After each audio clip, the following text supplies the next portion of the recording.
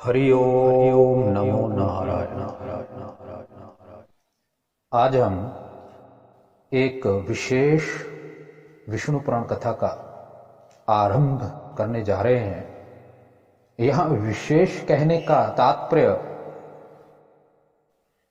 उन युवाओं को समझाना है जो युवा वर्तमान विज्ञान के दृष्टिकोण से ही चीजों को देखना पसंद करते हैं। तो हमने विचार किया कि क्यों ना हम पुराणों की उन बातों को उठाएं जिसमें विज्ञान का वर्णन है, फिजिक्स का वर्णन है। जैसे कि हमारे शास्त्रों में या हमारे पुराणों में स्वर्गलोक, पाताल लोक, भुव स्वलोक, मह जन तपालोक, इसका वर्णन मिलता है। तो ऐसा लगता है कि ये सब तो बेतुका है, बकवास है, क्योंकि वैज्ञानिक दृष्टिकोण से ऐसा कुछ भी दिखाई नहीं देता। तो इन बातों से हम थोड़ा दूर रहते हैं। हमारे जो वर्तमान बड़े बड़े आचार्य हैं, बड़े बड़े कथावाचक हैं, वो इन कथाओं को कभी करते ही नहीं है। आमतौर पर वह भागवत कथा ही करते हैं। विष्णु पुराण, ब्रह्म पुराण की कथा क्यों करनी? क्योंकि इसमें ज्यादातर जो वर्णन है वो उस भौतिकी स्ट्रक्चर का है जो इस ब्रह्मांड में एग्जिस्ट कर रहा है। लेकिन यदि हम कंपैरिजन इसका वर्तमान विज्ञान से करें तो ऐसा कुछ भी दिखाई नहीं देता। सो मैंने यह विचार किया कि मैं इसी का वर्णन करूंगा और इसी पर कथाएं करूंगा, क्योंकि मैं कई वर्षों से इस विषय पर अध्ययन कर रहा हूं, इसे समझने की कोशिश कर रहा हूं कि ऐसा इसमें क्यों लिखा हुआ है। ऐसी अनोखी बातें, ऐसी अलग बातें इसमें क्यों वर्णित है। तो इस पर मैं अध्ययन करता गया। तो मैंने जब मैथमेटिक्स को, जियोमेट्री को, स्ट्रक्चर को समझने की कोशिश की तो यकीन मानिए यह बिल्कुल परफेक्ट है। स्वर्गलोक भी है, पाताल लोक भी है, विष्णु लोक भी है, शिवलोक भी है, मह जनः तपः सत्यम लोक भी है, और इस ब्रह्मांड का पूरा विस्तार भी इसमें बताया गया है। तो इस पर हम आज कथा करेंगे विष्णु पुराण की। देखिए, हमें चीज जैसी दिखाई देती है वैसी नहीं होती, और उस चीज को समझने का हमारा विचार अलग अलग हो सकता है। यह जो प्रकृति है यह एक विकृति है। इस विकृति को समझने के, इस विकृति में जाने के, घुसने के रास्ते बहुत हैं। यह उसी तरह से है जिस तरह से भूल भुलैया होती है, उसमें अंदर जाने के रास्ते बहुत होते हैं। अभी मान लीजिए, जैसा कि वर्तमान वैज्ञानिक भी मान रहे हैं कि कोई दूसरी पृथ्वी होगी तो वहां पर लोग होंगे, एलियंस जिसको कहा जा रहा है। तो जो वह होंगे वह कुछ अलग ही प्रकार के विज्ञान को जानते होंगे। यदि वह विज्ञान जानते हों तो वह कुछ अलग तरीके से इस सृष्टि के विज्ञान को जानते होंगे। वैसा ही नहीं जानते जैसा हम जानते। वह कुछ अलग ही दृष्टिकोण से सृष्टि को देखते होंगे, अलग ही दृष्टिकोण से पदार्थों को देखते होंगे। उन्होंने कुछ अलग ही इसका विज्ञान बनाया होगा, क्योंकि विकृति है। किसी भी चीज को देखने का नजरिया आपका अलग हो सकता है। तो जो परफेक्ट है मैथमेटिकली, जियोमेट्रिकली, वह वही है जो इस भूल भुलैया रूप प्रकृति के केंद्र को जानती है। जो विद्या इस केंद्र को जानती है वह ही परफेक्ट है, और जो केंद्र का वर्णन करती है, भूल भुलैया के केंद्र के राह को जानती है, केवल और केवल हमारे शास्त्र हैं। वर्तमान वैज्ञानिक दृष्टिकोण से जब हम इस विज्ञान को देखते हैं तो हमें थोड़ा अटपटा लगता है, लेकिन अटपटा लगने का अर्थ यह नहीं है कि यह गलत है। विष्णु पुराण की कथा का आरंभ हम 7वें अध्याय से करेंगे। अब आप सोच रहे होंगे कि 7वें अध्याय से क्यों, प्रथम अध्याय से क्यों नहीं? देखिए, मैं प्रथम अध्याय से करूंगा तो आपको समझा नहीं पाऊंगा। मैं जो कथा करने जा रहा हूं वह मैं आपको उस स्ट्रक्चर को समझाने के लिए करने जा रहा हूं जिस ब्रह्मांड का वर्णन इस पुराण में किया गया। तो मैंने विचार किया तो सबसे पहले आपको इस ब्रह्मांड के बारे में बताएं कि इसका विस्तार कितना है, कहां तक है। तो 7वां अध्याय विष्णु पुराण का भूर्भुवः आदि 7 ऊर्ध्व लोकों का वृत्तांत। श्री मैत्रेय जी बोले, ब्राह्मण, आपने मुझसे समस्त भूमंडल का वर्णन किया। हे मुने, अब मैं भूरलोक आदि समस्त लोकों के विषय में सुनना चाहता हूं। हे महाभाग, मुझ जिज्ञासु से आप ग्रहगण की स्थिति, उनके परिमाण आदि का यथावत वर्णन कीजिए। श्री पराशर जी बोले, जितनी दूर तक सूर्य की और चंद्रमा की किरणों का प्रकाश जाता है, समुद्र, नदी और पर्वत आदि से युक्त जितना प्रदेश पृथ्वी कहलाता है, ये जो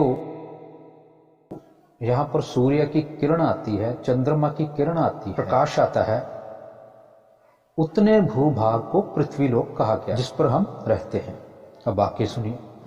हे द्विज, जितना पृथ्वी का विस्तार है और परिमंडल है, उतना ही विस्तार और परिमंडल भूवर लोक का भी है। परिमंडल इसका घेरा, परिधि कह देते हैं एक सिंगल रेखा को, और परिमंडल कहते हैं जो चारों ओर से घेरे हुए हो, जैसे गेंद, उसको परिमंडल कहते हैं। तो पृथ्वी से 1 लाख योजन दूर सूर्यमंडल है। योजन के बारे में भी बताएंगे। योजन का वर्णन भी बहुत से लोगों ने किया है, लेकिन वो गलत वर्णन है। उसका मैथमेटिक्स कुछ अलग है, उसका वर्णन हम समझाएंगे बाद में। सबसे पहले हमें यह पता करना है कि इसका विस्तार कितना है। विस्तार में जाएंगे तो फिर उस बिग बैंग का वर्णन करेंगे। चंद्रमा से पूरे 100,000 यानी 1 लाख योजन ऊपर पूर्ण नक्षत्र मंडल प्रकाशित हो रहा है। हे ब्राह्मण, नक्षत्र मंडल से 2 लाख योजन ऊपर बुध, और बुध से भी 2 लाख योजन ऊपर शुक्र मंडल की स्थिति है। शुक्र से इतनी ही दूरी पर मंगल है, और मंगल से भी 2 लाख योजन ऊपर बृहस्पति जी हैं। तो अब आपको ये अटपटा लगेगा, लेकिन जब हम इसका स्ट्रक्चर बताएंगे तो आप कहेंगे कि यह परफेक्ट है।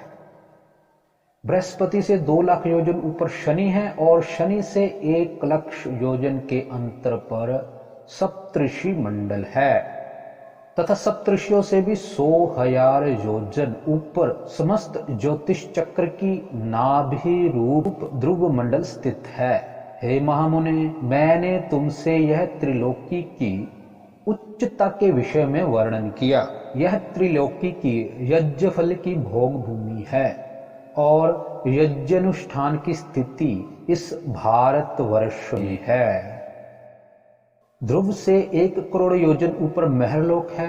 यहाँ कल्पांत पर्यंत रहने वाले भृगु आदि सिद्धगण रहते हैं। हे मैत्रेय, उससे भी 2 करोड़ योजन ऊपर जनलोक है, जिसमें ब्रह्मलोक के प्रख्यात पुत्र निर्मल चित्त सनक आदि रहते हैं। जनलोक से चौगुना अर्थात 8 करोड़ योजन ऊपर तपलोक है। वहां वैराज नामक देवगणों का निवास है, जिनका कभी दाह नहीं होता। तपलोक से 6 गुना अर्थात 12 करोड़ योजन के अंतर पर सत्यलोक सुशोभित है, जो ब्रह्मलोक भी कहलाता है, और जिसमें फिर ना मरने वाले अमरगण निवास करते हैं। जो पार्थिव वस्तु चरण संचार के योग्य है, वह भूलोक ही है। जब भू और भूर लोक ही चरण संचार के योग्य है, जिसका नाश हो जाता है, उसका विस्तार मैं कह चुका। हे मुनि श्रेष्ठ, पृथ्वी और सूर्य के मध्य में जो सिद्ध गण और मुनि गण सेवित स्थान है, वही दूसरा भूवर लोक है। सूर्य और ध्रुव के बीच में जो 14 लाख योजन का अंतर है, उसको लोक स्थिति का विचार करने वालों ने स्वर लोक कहा है। हे मैत्रेयी, ये भू भुवः स्वः जो गायत्री के 3 पद हैं, इसलिए उनको गायत्री को त्रिपदा कहा गया। भू भुवः स्वः यह 3 पद है। यह कृतिक त्रैलोक्य कहते हैं। कृतिक त्रैलोक्य क्या है? जो बनाएंगे। कृतिक का मतलब जाए जो बनाएंगे, बनावटी। कृतिक त्रैलोक्य कहलाते हैं। और जन, तप तथा सत्य, यह तीनों अकृतिक, इसको बनाया नहीं। जन, तप, सत्य जो है वह बनाए हुए नहीं, वह अकृत है। इन कृतिक और अकृतिक त्रिलोकियों के मध्य में महरलोक कहा जाता है, जो कल्पांत में केवल जन शून्य हो जाता है, अत्यंत नष्ट नहीं होता, इसलिए यह कृत्य अकृतिक कहलाता है। हे मैत्रेय, इस प्रकार मैंने तुमसे यह 7 लोक और 7 ही पाताल कहे। इस ब्रह्मांड का बस इतना ही विस्तार है। अब सुनिए ध्यान से। हे मैत्रेय, इस प्रकार मैंने तुमसे यह 7 लोक और 7 ही पाताल कहे। इस ब्रह्मांड का बस इतना ही विस्तार है। बस यही ब्रह्मांड है। यह ब्रह्मांड कैथ के बीज के समान ऊपर नीचे सब और अंडकटाह से घिरा हुआ है। अंडकटाह जैसे जो अंडा होता है ना, अंडे के ऊपर जो छिलका होता है उसको अंडकटाह बोलते हैं। जो प्रकृति है प्रधान, उसने आवृत कर रखा महतत्व को, वह अनंत है। इस अंड के घेरे के बाहर जो प्रकृति आ जाती है वह अनंत है, तथा उसका ना कभी अंत ना नाश होता है। ध्यान से सुनिए, बिग बैंग पर आएंगे हम। और ना कोई संख्या ही है, उसकी कोई संख्या नहीं, क्योंकि हे मुने, वह अनंत, असंख्य, अप्रिमेय और संपूर्ण जगत का कारण है, और वही परा प्रकृति है। जो हमें वीडियो में वैज्ञानिक हमें दिखाते हैं ना, अनंत आकाश में फैले तारे, धूल और गैलेक्सीज की फुटेज, वह ब्रह्मांड नहीं है भाई। ध्यान से सुनिए बात को। ब्रह्मांड कहना बंद कीजिए। ब्रह्मांड की एक परिधि होगी, क्योंकि अंड जो शब्द उसमें, देखिए शब्दों की भी कोई महत्ता होती है। जब अंड आ गया तो उसकी परिधि होगी। जब उसकी परिधि होगी तब उसका अंत होगा। तो प्रकृति तो अनंत है, अनंत का अंत हो ही नहीं सकता। तो यह जो एक ब्रह्मांड है जिसके भीतर हम रह रहे हैं, ये एक बुलबुला है। अब आप हैरान हो जाओगे, यह वही बुलबुला है जिसका अभी अभी कुछ समय पहले वैज्ञानिकों ने पता किया कि हम एक जल के बुलबुले में हैं। बस इतना ही ब्रह्मांड है, क्योंकि अंड का अर्थ जिसमें जीवन होता है। अंड की परिभाषा क्या है? जीवन के लिए। किसी पत्थर को तो अंडा नहीं कहते ना, अंड जीवन को परिभाषित करता है। तो इसमें जीवन है, इस अंड के भीतर जीवन है, जो बुलबुला एक बना हुआ है। इस बुलबुले के बाहर अनंत प्रकृति है। तो 2 अवस्थाएं हो गई, ब्रह्मांड अलग है, प्रकृति अलग है। वो अनंत है, वो कोई ब्रह्मांड नहीं है। उसको आप यूनिवर्स कहना हो तो कह लो, क्योंकि इंग्लिश का तो अर्थ कोई होता नहीं, क्योंकि शब्दों का अर्थ तो हमारे संस्कृत भाषा में है ना। वहां पर तो अंडा आ गया। अंड को अनंत के साथ थोड़ी जोड़ सकते। कोई ब्रह्मांड कहे और फिर अनंत कह दे, फिर तो अर्थ में सारी गड़बड़ हो जाएगी। यह जो अनंत प्रकृति है, उसमें ऐसे ऐसे हजारों, लाखों तथा सैकड़ों करोड़ ब्रह्मांड भरे हुए हैं। ये जो अनंत प्रकृति आपको दिख रही है, इसमें इस तरह के जिसमें हम रह रहे हैं, ऐसे जो बुलबुले हैं, ये असंख्य हैं, लाखों करोड़ों हैं उस प्रकृति में। अब बताइए, इसी तरह से वर्णन होगा ना। हम इस पूरे अनंत को भी पहले ब्रह्मांड मान लें, फिर ब्रह्मांड का वर्णन कैसे करेंगे? ब्रह्मांड तो एक अंड है, इसके भीतर हम रह रहे हैं, यहाँ पर जीवन है। यह अंड कटाह से गिरा हुआ है, इसकी परिधि है। ये जो बुलबुला जिसे आज वैज्ञानिकों ने माना है, यही ब्रह्मांड है। एक वर्णन और कर देते हैं, आपको यकीन हो जाएगा। ये जो बबल है ना, उसका वर्णन ही जहां किया गया है। हम चलेंगे विष्णु पुराण के दूसरे अध्याय पहले अंश में। देखिए, इन भूतों में पृथक पृथक नाना शक्तियां हैं, अतः वह परस्पर पूर्णतया मिले बिना संसार की रचना नहीं कर सकते। इसलिए एक दूसरे के आश्रय रहने वाले और एक ही संघात की उत्पत्ति के लक्ष्य वाले महतत्व से लेकर विशेष पर्यंत प्रकृति के इन सभी विकारों ने पुरुष से अधिष्ठित होने के कारण परस्पर मिलकर सर्वथा एक होकर प्रधान तत्व के अनुग्रह से अंड की उत्पत्ति की। हे महाबुद्धे, जल के बुलबुले के समान क्रमशः भूतों से बड़ा हुआ यह गोलाकार और जल पर स्थित महान अंड ब्रह्म रूप हिरण्यगर्भ है। अभी तो बुलबुला आ गया ना, बुलबुला शब्द से ही बबल बना है इंग्लिश का। तो जो बुलबुला है उसका वर्णन हो गया। ये जो बुलबुला आपको दिखाई दे रहा है, इसके भीतर हम रहते हैं।